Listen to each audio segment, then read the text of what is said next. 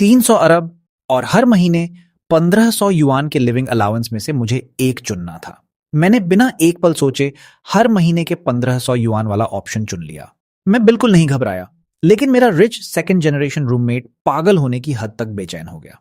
पिछली जिंदगी में मैंने 300 अरब की इनहेरिटेंस चुन ली थी। उसके बाद मेरे रूममेट ने मेरे फैमिली ट्रस्ट का गलत इस्तेमाल किया और पूरी क्लास को मकाओ के कसीनो में ले गया। सिर्फ एक रात में 300 अरब की पूरी रकम उड़ा दी गई। फैमिली बिजनेस दिवालिया हो गया। मेरे पिता को इतना बड़ा झटका लगा कि उनकी हार्ट डिजीज ट्रिगर हो गई और वह दुनिया छोड़कर चले गए। मैं अपने रूममेट के पास पैसे वापस मांगने गया, मगर वह मासूम बनकर मेरी गर्लफ्रेंड के पीछे छिप गया। ब्रदर मू छियन, सिर्फ तुम्हारी फैमिली बैंकरप्ट हो गई, इसका मतलब ये नहीं कि तुम सारा दोष मेरे ऊपर डाल दोगे। मेरी गर्लफ्रेंड ने मुझे एक लात मारकर दूर फेंक दिया। म्यू छियन, साफ साफ तुम्ही ने पैसे बर्बाद किए हैं। तुम गैम्बलिंग के एडिक्ट थे और अब लिन फैन पर झूठा आरोप लगा रहे हो। तुम्हें शर्म नहीं आती? जब मैं प्राइवेट डिटेक्टिव से पूरे मामले की जांच करवाने जा रहा था, तभी क्लास मॉनिटर जियाहाओ ने कार से मुझे कुचलकर मार डाला। मेरी गर्लफ्रेंड और पूरी क्लास ने उसके पक्ष में गवाही दी। सबने एक ही बात कही कि मैं जानबूझकर उसकी कार के सामने कूदा था ताकि उससे पैसे ऐंठ सकूं। जब मैंने दोबारा आंखें खोली, मैं फिर उसी दिन लौट आया था जिस दिन मुझे अपनी इनहेरिटेंस चुननी थी। क्लासमेट्स, ग्रेजुएशन से पहले क्यों ना हम मकाओ घूमने चलें? सारे खर्चे मैं उठाऊंगा। लिन फैन की यह बात सुनते ही मेरा पूरा शरीर कांप उठा। ऐसा लगा जैसे पिछली जिंदगी में हड्डियां टूटने का दर्द अभी तक पूरी तरह गया नहीं है। लिन फैन के इतना कहते ही पूरी क्लास खुशी से चिल्लाने लगी। लिन फैन भाई, तू तो कमाल है। सच में रिच सेकंड जनरेशन होने का मजा ही अलग है। मकाओ जा रहे हैं तो मकाओ कसिनो भी चलना चाहिए। रोज एड्स में देखते हैं, लेकिन कभी गए नहीं।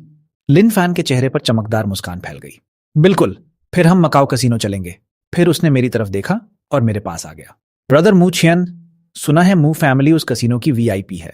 अपनी वीआईपी कार्ड उधार दे दो ना, ताकि सभी क्लासमेट्स भी टॉप लेवल सर्विस एंजॉय कर सकें। मेरा चेहरा तुरंत ठंडा पड़ गया। पिछली जिंदगी में मेरे फैमिली के बर्बाद होने की शुरुआत इसी पल से हुई थी। उसी दिन लिन फैन ने मुझसे यह वीआईपी कार्ड मांगी थी। मैंने जैसे मशीन की तरह अपना बैग छुआ। मेरी उंगलियां उस ठंडी मेटल कार्ड तक पहुंची और मैंने उसे कसकर पकड़ लिया। मुझे चुप देखकर लिन फैन मुस्कुराया और उसने दोस्ताना अंदाज में अपनी बांह मेरे कंधे पर रख दी। ब्रोदर मुकियन, बस थोड़ी देर के लिए ही तो चाहिए। कार्ड इस्तेमाल करने से घिस थोड़ी जाएगी। सॉरी, वह कार्ड मेरे पिता की है। मैं उसे किसी को कैजुअली नहीं दे सकता। मेरे जवाब से लिन फैन के चेहरे पर नाराजगी दिखने लगी। वैसे भी देर सवेर तुम्हें अपने पिता की कंपनी इनहेरिट करनी है। अपने ही लोगों के बीच इतना हिसाब किताब क्यों? तभी लियू रुयान ने मेरा बैग छीन लिया। उसने मेरी सारी चीजें बाहर उलट दी और मेरी गोल्ड वीआईपी कार्ड उठाकर लिन फैन को दे दी। अरे, यह रही वह वीआईपी कार्ड, तुम इसे ले जाओ और इस्तेमाल कर लो। लिन फैन ने कार्ड लेते हुए जानबूझकर लियू रुयान की उंगलियों को छुआ। रुयान ही सच में समझदार है। ब्रदर मुकवान, तुम्हें अपनी भाभी से थोड़ा सीखना चाहिए। अचानक लिन फैन की आंखें चमक उठीं। उसकी नजर जमीन पर पड़े गेम कंसोल पर जा टिकी। अरे, यह तो लेटेस्ट गेम कंसोल है। सुना है हर जगह आउट ऑफ स्टॉक है। मैं इसे खरीद ही नहीं पाया। लियू रुयान ने लिन फैन की लालची नजर देखी और तुरंत झुककर मेरा गेम कंसोल उठा लिया। फिर उसने उसे लिन फैन की बाहों में रख दिया। इसे भी ले जाओ और खेलो। वैसे भी म्यू छियन इससे बहुत पहले बोर हो चुका है। Thank you Ruyan. मेरी भौहें सिकुड़ गईं। मैंने एक झटके में अपनी वीआईपी कार्ड और गेम कंसोल दोनों वापस छीन लिए। सॉरी, मैं ये दोनों चीजें नहीं दे रहा। लियू रुयान के चेहरे पर तुरंत गुस्सा उतर आया।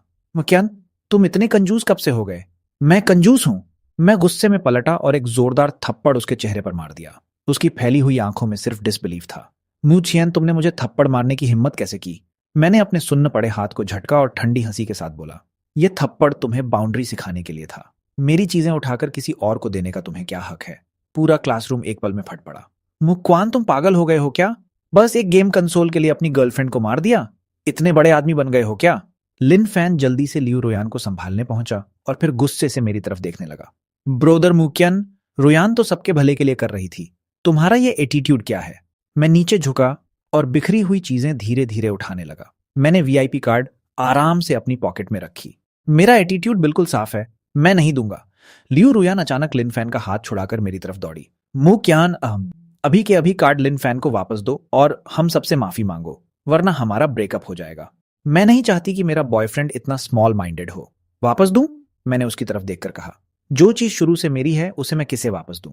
फिर मेरे होंठों पर हल्की मुस्कान आई। और अगर तुम्हें ब्रेकअप करना है तो ठीक है, अच्छा हुआ, ब्रेकअप कॉस्ट भी बच जाएगी। मेरी यह बात सुनते ही लियू रुयान जैसे आग बबूला हो गई। तुम्हें लगता है मुझे तुम्हारे पैसे की परवाह है? नहीं है। मैंने भौं उठाकर उसकी कलाई पर मौजूद कार्टियर वॉच की तरफ देखा। तो पिछले हफ्ते बर्थडे पर जो वॉच मैंने गिफ्ट की थी, पहले वह वापस करो। उसका चेहरा उसी पल सफेद पड़ गया। उसने रिफ्लेक्स में अपनी वॉच को ढक लिया। आसपास खड़े क्लासमेट्स के चेहरे भी तुरंत अजीब हो गए। तभी क्लास मॉनिटर जियाहो गुस्से से टेबल पर हाथ मारकर खड़ा हो गया। मुक्वान, तुम बहुत सेल्फिश हो। लिन फैन अच्छे दिल से पूरी क्लास को मकाओ लेकर जा रहा है, तुम ग्रुप के लिए थोड़ा भी नहीं सोच सकते? सही कहा, दूसरे लोग भी बोलने लगे। हर समय खुद को बहुत अच्छा दिखाते हो और जरूरत पड़ने पर तुम्हारा असली चेहरा सामने आ जाता है। मैंने क्लासरूम में मौजूद हर चेहरे को देखा। पिछली जिंदगी में यही लोग कोर्ट में एक साथ खड़े होकर बोले थे कि मैं खुद कार के आगे कूदा था। लिन फैन तुम लोगों को मकाओ ले जा रहा है तो उसी से मांगो, मुझसे क्यों मांग रहे हो? लिन फैन फिर आगे आया। अगर हम तुम्हारी वीआईपी कार्ड इस्तेमाल करेंगे तो काजिनो में हमारे खर्च से तुम्हारी वीआईपी लेवल भी तो बढ़ेगी। ये दोनों के लिए फायदे की बात है। लियू रुयान लिन फैन की बांह पकड़कर उसके साथ सट गई। उसके चेहरे का थप्पड़ वाला दर्द जैसे कब का गायब हो चुका था। देखो लिन फैन कितना समझदार है। तुम इतने ओवरबोर्ड जा रहे हो, फिर भी वो तुम्हारे फायदे की सोच रहा है। अगर तुम सब मकाओ जाने के लिए इतने ही डेस्परेट हो।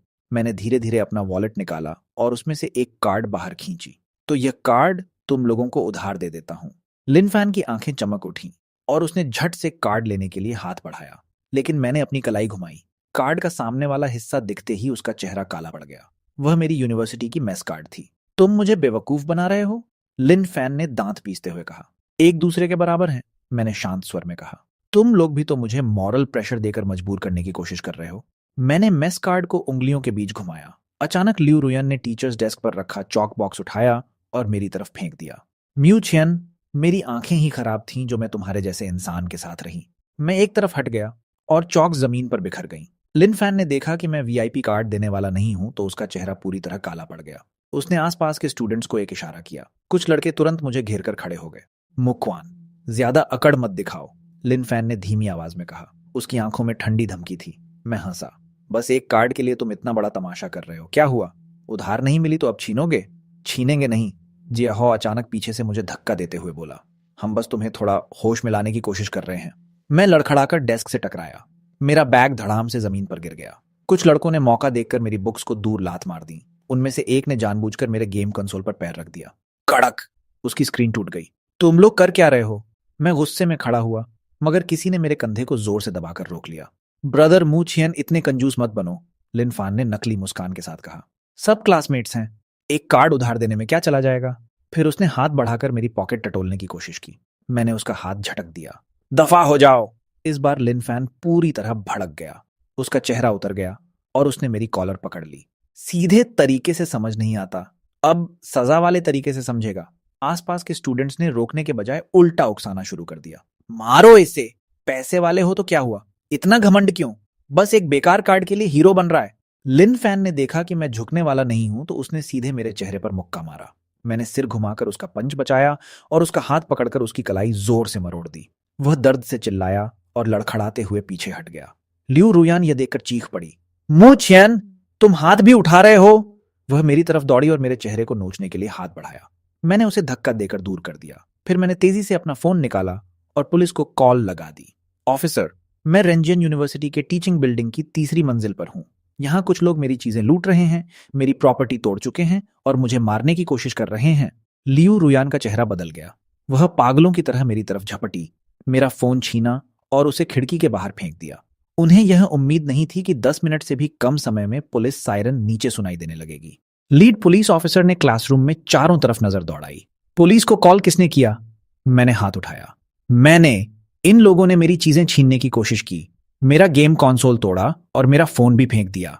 पुलिस ऑफिसर ने जमीन पर बिखरी हुई चीजों को देखा। फिर उसने टूटे हुए गेम कंसोल और खिड़की के बाहर पड़े मेरे टूटे फोन को देखा। उसकी भौहें सिकुड़ गईं। यह सब क्या हुआ है? लिन फैन ने तुरंत बेगुनाह बनने का नाटक शुरू कर दिया। पुलिस अंकल, गलत फहमी है, हम बस आपस में मजाक कर रहे थे। पुलिस ऑफिसर ठंडी हंसी हंसा। लियू रुयान भी जल्दी से बोली, हाँ, क्लासमेट्स के बीच बस मजाक चल रहा था। बाकी स्टूडेंट्स भी एक एक करके उनके पक्ष में गवाही देने लगे। मैंने उन सब पर ठंडी नजर डाली। पिछली जिंदगी में भी यही लोग ठीक इसी तरह झूठी गवाही दे रहे थे। फोन तोड़ना, चीजें छीनना और किसी को मारना, इसे मजाक कहते हो। तभी हमारे काउंसलर जांग दौड़ते हुए आए। ये क्या हो रहा है? यूनिवर्सिटी के अंदर इतना बड़ा तमाशा कैसे हो गया? पुलिस ऑफिसर ने उन्हें संक्षेप में पूरा मामला बताया। काउंसलर जांग ने सुनते ही लिन फैन को घूरा। फिर से तुम? लिन फैन अभी बहाने बनाने ही वाला था, मगर सबूत बिल्कुल साफ थे। आखिर पुलिस की मीडिएशन के बाद लिन फैन और लियू रुयान को मेरा फोन और गेम कंसोल का कंपेंसेशन देना पड़ा। उन्हें सबके सामने मुझसे माफी भी मांगनी पड़ी। ऑफिस से बाहर निकलते वक्त लियू रुयान ने धीमी आवाज में कहा, मुझियन, तुम इसका पछतावा करोगे, याद रखना। मैंने उसके विकृत चेहरे को देखा और अचानक मुस्कुरा दिया। ठीक है, मैं इंतजार करूंगा। डॉर्मेटोरी लौटकर सामान पैक करते समय मुझे लगा कि किसी ने मेरी चीजें खंगाली हैं, लेकिन कुछ भी गायब नहीं था, इसलिए मैंने उस बात पर ज्यादा ध्यान नहीं दिया। यूनिवर्सिटी से बाहर निकलते ही एक ब्लैक मेबॉक मेरे सामने आकर रुकी। यंग मास्टर मू, मास्टर के पास जरूरी काम है, आपको तुरंत घर चलना होगा। बटलर वैंग ने मुझे बोलने तक का मौका नहीं दिया और सीधे गाड़ी में बैठा दिया। रात को मेरे पिता ने मेरे सामने 2 डॉक्यूमेंट्स रख दिए। म्यूचियन, यह तुम्हारे पास आखिरी चॉइस है। 300 अरब की रकम तुम्हारी जूरिक बैंक कार्ड में जमा की जा चुकी है। बस साइन करते ही तुम उस रकम को इस्तेमाल कर सकते हो और फैमिली बिजनेस संभाल सकते हो। या फिर तुम हर महीने 1500 युआन का लिविंग अलाउंस चुन सकते हो। मैं हर महीने 1500 युआन वाला ऑप्शन चुनता हूं। मैंने बिना हिचकिचाए 1500 युआन वाले डॉक्यूमेंट को अपनी तरफ खींचा और अपना नाम साइन कर दिया। मेरे पिता अचानक खड़े हो गए। तुम पागल हो गए हो? मैंने उन्हें देखकर हल्की मुस्कान दी। मैं अभी बहुत छोटा हूं और दुनिया का अनुभव भी कम है। 300 अरब जैसी विशाल फंड को मैं अभी शायद संभाल नहीं पाऊंगा। और फादर, आप अभी बिल्कुल स्वस्थ और ताकतवर हैं। मैं कुछ और वर्षों तक एक्सपीरियंस ले सकता हूं। मेरे पिता मुझे देखते रहे। काफी देर तक उन्होंने कुछ नहीं कहा। फिर उन्होंने गंभीर स्वर में कहा, अगर तुमने 1500 युआन चुने हैं तो इसके अलावा हर महीने तुम 1 युआन भी ज्यादा नहीं ले सकोगे। क्या तुमने ठीक से सोच लिया है? मैंने सिर हिला दिया। मेरी पुष्टि देखकर पिता के पास कोई विकल्प नहीं बचा। उन्होंने ठंडे स्वर में कहा, लाओ वांग, मू छियन की जूरिच बैंक कार्ड फ्रीज कर दो। अगले दिन मैंने लिनफान द्वारा बदली गई 2 फेक कार्ड उठाई और उन्हें कूड़ेदान में फेंक दिया। फिर मैं लिनफैन और बाकी लोगों के पीछे पीछे मकाओ पहुंच गया। कसिनो का मैनेजर दौड़ते हुए मेरे पास आया। यंग मास्टर मू, इस बार आप अकेले आए हैं? सुना है मेरे कुछ क्लासमेट्स यहाँ खेलने आए हैं, बस उन्हें देखने आया हूं। आज सुबह सच में कुछ युवा लोग यहाँ आए हैं, मैनेजर ने तुरंत कहा। वे यंग मास्टर म्यू के क्लासमेट्स हैं? अगर पहले बताया होता तो हम उनकी प्रॉपर खातिरदारी करते। मैनेजर लगातार सिर हिलाता रहा। मैंने हाथ हिलाकर कहा, कोई बात नहीं, मुझे उनके पास ले चलो। मैनेजर मुस्कुराया और उसने मेरे हाथ में 10 कसीनो चिप्स रख दी। वह जानबूझकर सम्मान से बोला, यंग मास्टर मू, पहले आप खेलिए, ये चिप्स हमारी तरफ से गिफ्ट हैं। मैंने हाथ में मौजूद चिप्स को उछालकर देखा। एक चिप की वैल्यू 1 लाख युआन थी। मैं हल्का सा मुस्कुराया और चिप्स को कसकर पकड़ लिया। कसीनो हॉल में कदम रखते ही लिन फैन की टेबल पर बैठे किसी व्यक्ति ने मुझे देख लिया। अरे, यह तो यंग मास्टर म्यू है। क्या हुआ? अब समझ आया कि हमें ज्वाइन करना चाहिए था। अगर पहले ही वीआईपी कार्ड दे देते तो क्या चला जाता। अब हमारे पीछे पीछे आ गए हो, कहीं पछता तो नहीं रहे? एक बार फैन ब्रदर बोल दो, हम तुम्हें खेलने के लिए कुछ चिप्स दे देंगे। पक्का हमारी बड़ी गेम देखकर जलन हो रही होगी। अब समझ आया कि सही लोगों के साथ रहना चाहिए, मगर अब बहुत देर हो गई है। मैं आराम से पास वाली गैम्बलिंग टेबल पर बैठ गया। डीलर अभी कार्ड्स बांटने ही वाला था कि लिन फैन ने कुर्सी को लात मारकर पीछे किया और मेरी तरफ आ गया। इतना एटीट्यूड क्यों दिखा रहे हो? एक बार फैन ब्रदर बोल दो, मैं तुम्हें खेलने के लिए कुछ चिप्स दे दूंगा।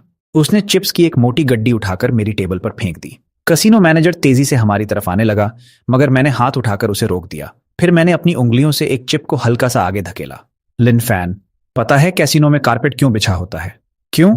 ताकि जिन लोगों के पैर हारकर कांपने लगें और वे घुटनों पर गिरें, उनके घुटनों में ज्यादा दर्द न हो। पूरा वीआईपी हॉल अचानक शांत हो गया। लिन फैन का चेहरा उसी पल नीला पड़ गया। उसके पीछे खड़े क्लासमेट्स अभी भी सेलिब्रेशन वाली शैंपेन पकड़े थे। ग्लास के किनारों से झाग नीचे बह रहा था और पूरा सीन बेहद मजाकिया लग रहा था। क्रिस्टल शैंडलियर्स ने पूरे कसीनो हॉल को दिन की तरह रोशन कर रखा था। मेरी उंगलियों के बीच पकड़ी चिप उस रोशनी में ठंडी चमक छोड़ रही थी। तभी बगल वाली टेबल से लगातार हारने की आवाजें आने लगीं। मेरे लगभग 40 क्लासमेट्स के सामने लगे चिप्स के ढेर बहुत तेजी से खत्म होते जा रहे थे। फिर हार गए, स्पोर्ट्स कमेटी मेंबर ने गुस्से में टेबल पर मुक्का मारा। लियू रुयान ने मेरे सामने रखे सिर्फ 10 चिप्स देखे और लिन फैन की बांह पकड़कर हंस पड़ी। ऐसा करो फैन, तुम मुटुकियन के साथ 1-2 राउंड्स खेल लो। जानबूझकर उसे कुछ चिप्स हरा देना ताकि वह थोड़ी देर और खेल सके। मेरी अनुमति का इंतजार किए बिना लिन फैन ने बिना मेरी अनुमति लिए कुर्सी खींची और मेरे सामने बैठ गया। क्या खेलना है? ब्लैक जैक, सिंपल रखो। ठीक है, लिन फैन मुस्कुराया, लेकिन एक एक राउंड खेलना बहुत स्लो है, सीधे ऑल इन चलते हैं। मैंने अपने सामने रखे इकलौते 10 चिप्स आगे सरका दिए। चलो। लिन फैन ने भी अपने चिप्स का ढेर आगे धकेल दिया। गेम शुरू होने से ठीक पहले मेरी नजर के कोने से मैंने देखा कि लिन फैन चुपके से डीलर के हाथ में एक कार्ड पकड़ा रहा था। मैं बस मुस्कुराया और कुछ नहीं बोला। डीलर ने कार्ड्स बांटना शुरू किया। हम दोनों को दो दो कार्ड्स मिले। लिन फैन का पहला खुला कार्ड था स्पेड का एस। उसके होंठों पर ऐसी हल्की मुस्कान आई जो वह छिपाना चाहता था। साफ था कि यह कार्ड उसके प्लान के मुताबिक ही आया था। फिर उसने अपना दूसरा कार्ड पलटा, स्पेड का किंग। उसके चेहरे की मुस्कान और चौड़ी हो गई। उसके पास पूरे 21 पॉइंट्स थे, क्योंकि एस को खिलाड़ी अपनी इच्छा से 1 या 11 पॉइंट मान सकता है। मैंने अपने सामने पड़े दोनों बंद कार्ड्स को देखा और शांत स्वर में कहा, हिट। लिन फैन ने मुझे देखकर उपहास से हंसा। डीलर ने मुझे तीसरा कार्ड दिया। मैंने उसे भी नहीं देखा। हिट। अब आसपास खड़े लोग खुद को रोक नहीं पाए। लिन फैन ने सिर हिलाकर हंसते हुए कहा, यह लड़का पागल हो गया है क्या? लगातार 2 कार्ड्स और ले रहा है। इसे बस्ट होने का डर नहीं है? म्यू चियन, यह दो दी जू नहीं है। इतने सारे कार्ड्स लेकर क्या करेगा? मैनेजर भी पास खड़ा मेरे लिए थोड़ा चिंतित दिख रहा था। हिट, ये सच में पागल है, किसी ने कहा। लगातार 2 बार हिट ले चुका है। कोई इसे ब्लैक जैक के रूल्स वाली किताब ला कर दो। मैंने किसी की बात पर ध्यान नहीं दिया। मैंने लिन फैन की तरफ देखा। अब अपने कार्ड्स खोलो, अपनी आंखें खोलकर देखो, लिन फैन ने घमंड से कहा। यह राउंड मैं पक्का जीत रहा हूं। उसने अपने दोनों कार्ड्स पलट दिए, एक स्पेड का किंग और एक स्पेड का एस। ठीक 21 पॉइंट्स। इस बार तो लिन फैन पक्का जीता है। ऊपर से ब्लैक स्पेड किंग वाला परफेक्ट हैंड है। मुख्वान, अब तो तेरे पास पहनने को भी कुछ नहीं बचेगा। बाहर जाकर खुद को हमारा क्लासमेट मत कहना, शर्म आएगी। मैंने बस कंधे उचकाए। फिर मैंने अपने कार्ड्स पलट दिए, 3-2 के कार्ड्स और 2-3 के कार्ड्स। कुल मिलाकर सिर्फ 12 पॉइंट्स। लेकिन अगले ही पल सभी लोग चुप हो गए, क्योंकि मेरे हाथ में मौजूद ये 5 कार्ड्स भले ही सबसे छोटे कार्ड्स थे, मगर वे मिलकर 5 स्मॉल ड्रैगन्स बनाते थे। और 5 स्मॉल ड्रैगन्स लिन फैन के ब्लैक स्पेड किंग हैंड से भी बड़ा था। मैंने शांत नजरों से लिन फैन को देखा। तुम तो कह रहे थे कि तुम पक्का जीतोगे। चीटिंग, किसी ने चिल्लाया। इसने जरूर चीट किया है। यह कैसे हो सकता है? लिन फैन ने गुस्से में लियू रुयान को झटक कर दूर किया। वह दोनों हाथों से गैम्बलिंग टेबल पकड़े गरज उठा। यह नामुमकिन है। मैं हल्के से मुस्कुराया। लगता है आज लक गॉडेस मेरी तरफ है। तभी मैनेजर के चेहरे पर एक प्रोफेशनल मगर कुछ ज्यादा ही ठंडी मुस्कान आई। मिस्टर लिन, आपका कुल आउटस्टैंडिंग डेट अब 980 मिलियन युआन हो चुका है। अमाउंट बहुत अधिक है, इसलिए आगे गेम जारी रखने से पहले आपको अपना डेट क्लियर करना होगा। पूरी गैम्बलिंग टेबल पर अचानक सन्नाटा छा गया। लियू रुयान के हाथ में पकड़ा शैंपेन ग्लास धड़ाम से मार्बल फ्लोर पर गिरा और टूट गया। तुम्हारा मतलब क्या है? लिन फैन ने गुस्से में कुर्सी को लात मार दी। तुम्हें लगता है कि मैं पैसे नहीं चुका सकता? उसने अपने हर्मीज वॉलेट से गोल्ड एम्बॉस्ड वीआईपी कार्ड निकाली और मैनेजर की ओर उछाल दी। ध्यान से देखो, मैं यहां का वीआईपी हूं। मेरे पास 5 बिलियन का क्रेडिट लिमिट है। मैनेजर ने एक ट्यूजर से उस कार्ड को उठाया और ध्यान से देखने लगा। अगले ही पल वह मेरी तरफ मुड़ा और सम्मान से झुक गया। यंग मास्टर मू, यह वीआईपी कार्ड आपके पिता ने 3 साल पहले यहां बनवाई थी। फिर उसने जानबूझकर अपनी आवाज ऊंची की। मैं ठंडी हंसी हंसा। रूल्स के हिसाब से डायरेक्ट फैमिली मेंबर्स इस कार्ड को इस्तेमाल कर सकते हैं, लेकिन कार्ड होल्डर के अलावा कोई इसे यूज करे तो उसे 500 मिलियन युआन की सिक्योरिटी डिपॉजिट देनी होगी। मैनेजर का चेहरा गंभीर हो गया। शुरू में जब आप लोगों ने यह कार्ड इस्तेमाल की तो हमें लगा कि आप यंग मास्टर म्यू के क्लासमेट्स और फ्रेंड्स होंगे, लेकिन अभी की वेरिफिकेशन से पता चला कि यंग मास्टर मू आपको अपना फ्रेंड नहीं मानते। मैनेजर की बात सुनते ही वे सारे लोग मेरी तरफ पलट गए। MU छियन, हमें नहीं पता था कि तुम इतने घटिया इंसान हो। बस इसलिए कि लिन फैन तुम्हें साथ लेकर नहीं आया, तुम अपनी ही क्लास को पहचानने से मना कर रहे हो? तुम कितने एरोगेंट और सेल्फिश हो। मैंने उन्हें ठंडी नजरों से देखा। मैंने तो बस ये कहा कि मेरी परमिशन के बिना मेरी वीआईपी कार्ड चुराने वाले लोग मेरे फ्रेंड्स नहीं हो सकते। सेम क्लास में होना कोई रिश्तेदारी नहीं होता। बस एक वीआईपी कार्ड ही तो है, हमें भी कोई जरूरत नहीं है। लियू रुयान ने गोल्ड कार्ड पकड़ी और मेरी तरफ फेंक दी। फिर उसने लिन फैन की तरफ देखा। फैन, पहले पैसे दो, उसके बाद हम आराम से फिर खेलेंगे। मैनेजर ने पेमेंट मशीन निकालकर लिन फैन के सामने रख दी। फिर उसने लेजर पर हल्का सा टैप किया। मिस्टर लिन, अब आपका कुल डेट 1 बिलियन 480 मिलियन युआन हो चुका है। कसीनो के रूल्स के अनुसार। चुप रहो, लिन फैन अचानक जोर से हंसने लगा। उसने अपने अंदर वाले पॉकेट से एक ठंडी चमक वाली प्लेटिनम कार्ड निकाली और गैम्बलिंग टेबल पर पटक दी। उस कार्ड पर ज्यूरिख बैंक का लोगो बना था। हॉल की रोशनी में वह कार्ड हल्की नीली चमक छोड़ रही थी। ध्यान से देखो। उसकी कांपती उंगलियां कार्ड पर उभरे हुए गोल्डन लेटर्स पर घूमी। पूरा वीआईपी हॉल अचानक शांत हो गया। सभी की निगाहें उस आदमी पर टिक गईं जो मानो एक ही झटके में पैसा फेंककर सबकी आंखें चौंधियां देने वाला था। कार्ड पेमेंट मशीन से गुजरी। बीप! मैनेजर की भौहें सिकुड़ गईं। Payment declined. लिन फैन ने झटके से मशीन उठाई और जमीन पर दे मारी। ये मशीन खराब है, दूसरी मशीन लाओ। मैनेजर शांति से उसे पागलों की तरह बर्ताव करते देखता रहा। उसने हाथ हिलाया तो एक स्टाफ मेंबर तुरंत बिल्कुल नई पेमेंट मशीन लेकर आ गया। कार्ड फिर से स्वाइप हुई। वही जानी पहचानी आवाज आई, बीप, पेमेंट डिक्लाइंड। इस बार लिन फैन सच में घबरा गया। उसका चेहरा हरा पड़ गया। उसने कांपते हाथों से फोन निकाला और बैंक को कॉल लगाई। फोन के दूसरी तरफ कस्टमर सर्विस की आवाज बेहद विनम्र थी, लेकिन लिन फैन का चेहरा हर गुजरते पल के साथ और बदसूरत होता जा रहा था। कॉल कटने के बाद उसने अचानक सिर उठाया और मुझे घूरने लगा। उसकी आंखों में गुस्सा, सदमा और अविश्वास सब कुछ था। मुक्वियन, तुमने फैमिली इनहेरिटेंस क्यों नहीं ली? मैंने कंधे उचकाए और मासूम बनते हुए कहा। मुझे लगा कि मेरी एबिलिटी अभी 300 अरब की फंड संभालने लायक नहीं है। ऊपर से अगर मैंने फैमिली इनहेरिटेंस नहीं ली तो फ्रीज मेरी कार्ड हुई है। इसका तुमसे क्या संबंध है? मैं जानबूझकर रुका और हैरान होने का नाटक किया। कहीं तुमने भी फैमिली इनहेरिटेंस नहीं ली थी इसलिए तुम्हारी कार्ड भी फ्रीज हो गई? लिन फैन का चेहरा तुरंत लाल हो गया। आसपास खड़े क्लासमेट्स ने एक दूसरे को शक भरी नजरों से देखना शुरू कर दिया। लियू रुयान ने जल्दी से एक मजबूर मुस्कान बनाई। मुंह क्वान, ऐसा मत बोलो। अगर तुम फैमिली इनहेरिटेंस नहीं लोगे तो आगे खाओगे पियोगे क्या? क्यों ना घर जाकर अंकल से माफी मांग लो और इनहेरिटेंस ले लो। मैं हंस पड़ा और सिर हिला दिया। उसकी जरूरत नहीं है, मेरा खर्च ज्यादा नहीं है। हर महीने 1500 युआन मेरे लिए काफी हैं। अब लिन फैन आखिर फट पड़ा। उसने मेरी तरफ उंगली करके गालियां देनी शुरू कर दी। म्यूचियन, तू जानबूझकर कर रहा है। तुझे पहले से पता था कि कार्ड फ्रीज होने वाली है। तूने हमें ट्रैप करने के लिए पूरा प्लान बनाया था। यह सुनते ही आसपास के स्टूडेंट्स को धीरे धीरे सच समझ आने लगा। वे लिन फैन की तरफ मुड़ गए। लिन फैन, तुमने कहा था कि तुम्हारे पास बहुत पैसा है, जल्दी पैसे भरो। हाँ, तुम रिच सेकंड जनरेशन हो ना, इतनी सी रकम भी नहीं दे सकते। तुम हमें बहलाकर यहां लाए थे। अब क्या होगा? लिन फैन को चारों तरफ से घेरा जाने लगा। उसके माथे की नसें उभर आईं। अचानक उसने अपनी पॉकेट से दूसरी कार्ड निकाली और टेबल पर पटक दी। इस कार्ड में 10 मिलियन युआन है। मैं सिर्फ अपना हिस्सा भरूंगा। बाकी लोगों के डेट्स से मेरा कोई लेना देना नहीं। लियू रुयान की आंखें फैल गईं। वह अविश्वास से लिन फैन को देखने लगी। फैन, तुम ऐसा कैसे कर सकते हो? हम सब साथ आए थे। मुझे क्या? लिन फैन ने बेरुखी से कहा। अपने लिए खुद रास्ता ढूंढो। क्लासमेट्स तुरंत भड़क उठे। कोई लिन फैन को बेदिल और धोखेबाज कहने लगा तो कोई मेरी ओर उम्मीद भरी नजरों से देखने लगा। मुक्वान, हम सब क्लासमेट्स हैं, हमारी मदद कर दो।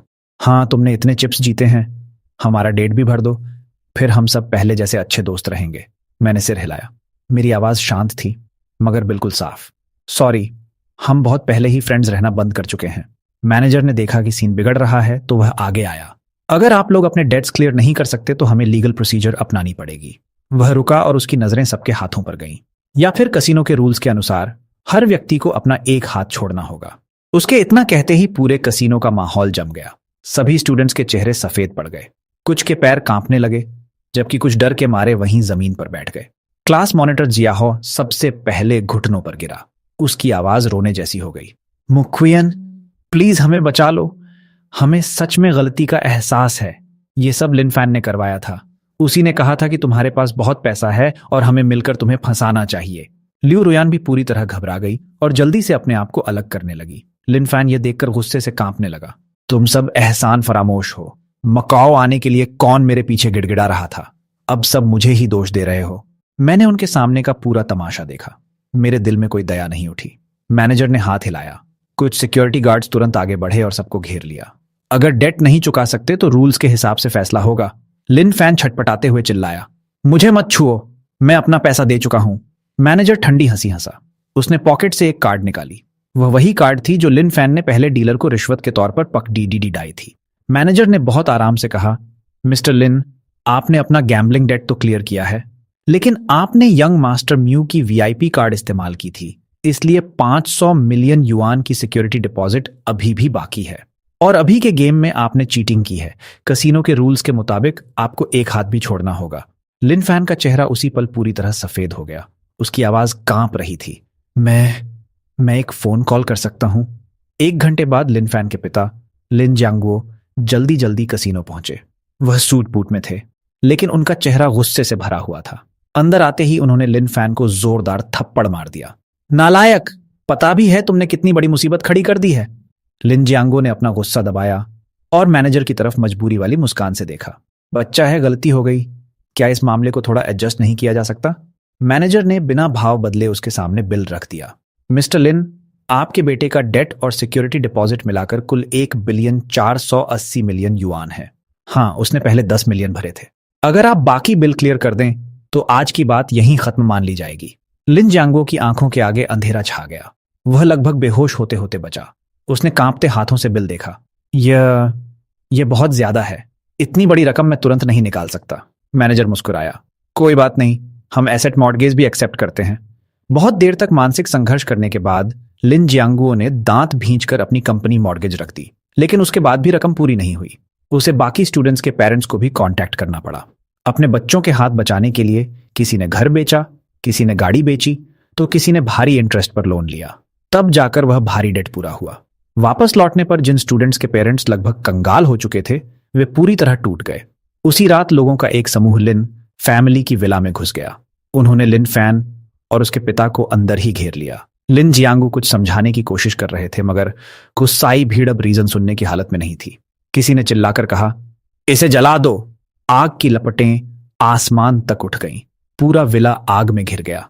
लिन फैन और लिन जियांगुओ आग के बीच फंसकर दर्द से चिल्लाते रहे, लेकिन उन्हें बचाने कोई आगे नहीं आया। मैं दूर खड़ा सब कुछ चुपचाप देखता रहा। मेरी आंखों में दया नहीं थी, बस बदला पूरा होने की ठंडी संतुष्टि थी। अगले दिन लियू रुयन मेरे पास आई। वह इतनी रो रही थी कि उसका मेकअप आंसुओं में फैल चुका था। मुक्वान, मुझे पता है कि मुझसे गलती हुई। पहले मैं बहक गई थी। मुझे माफ कर दो, प्लीज। मैंने उसकी आंसुओं से बिगड़ी बेबस शक्ल को देखा और हल्के से हंस दिया।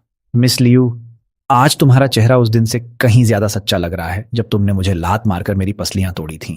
उसका चेहरा उसी पल जम गया। मैं मुड़कर चला गया। पीछे से उसकी हिस्टेरिकल चीख सुनाई दी। मुक्वान, तुम्हें इसका बदला मिलेगा। 3 महीने बाद मैंने उसे सोशल न्यूज में देखा। टीवी पर पुलिस उसे लेकर जा रही थी। उसके हमेशा परफेक्ट रहने वाले बाल बिखरे हुए थे और वह पूरी तरह बर्बाद लग रही थी। सुना था उसने एक अमीर घर की बेटी होने की झूठी पहचान बनाई, कई रिच सेकंड जनरेशन लड़कों से पैसा ठगा और आखिरकार उसका सच सामने आ गया। मैंने खिड़की के बाहर चमकती धूप को देखा। इस जिंदगी में हर किसी को उसका सही अंजाम मिल चुका था। 3 साल बाद मेरे पिता ने फैमिली बिजनेस आधिकारिक रूप से मेरे हाथों में सौंप दिया। हैंडओवर सेरेमनी में उन्होंने मेरे कंधे पर हाथ रखा। उनकी आंखों में छिप न सकने वाली खुशी थी। मुक्वान, इन 3 सालों में तुमने बहुत अच्छा किया है। लगता है उस समय तुम्हारा खुद को ट्रेन करने का फैसला बिल्कुल सही था। मैंने फैमिली अथॉरिटी का प्रतीक सील अपने हाथ में लिया। चारों तरफ तालियों की गूंज फैल गई। सेरेमनी खत्म होने के बाद मेरे नए असिस्टेंट ने एक फाइल मेरी तरफ बढ़ाई। यंग मास्टर मू, यह अभी अभी अक्वायर्ड हुए लिन ग्रुप की बची हुई एसेट्स की लिस्ट है। मैंने फाइल के कुछ पन्ने कैजुअली पलटे। असिस्टेंट ने पूछा, इसे कैसे हैंडल करना है? कोई स्पेशल ट्रीटमेंट मत देना।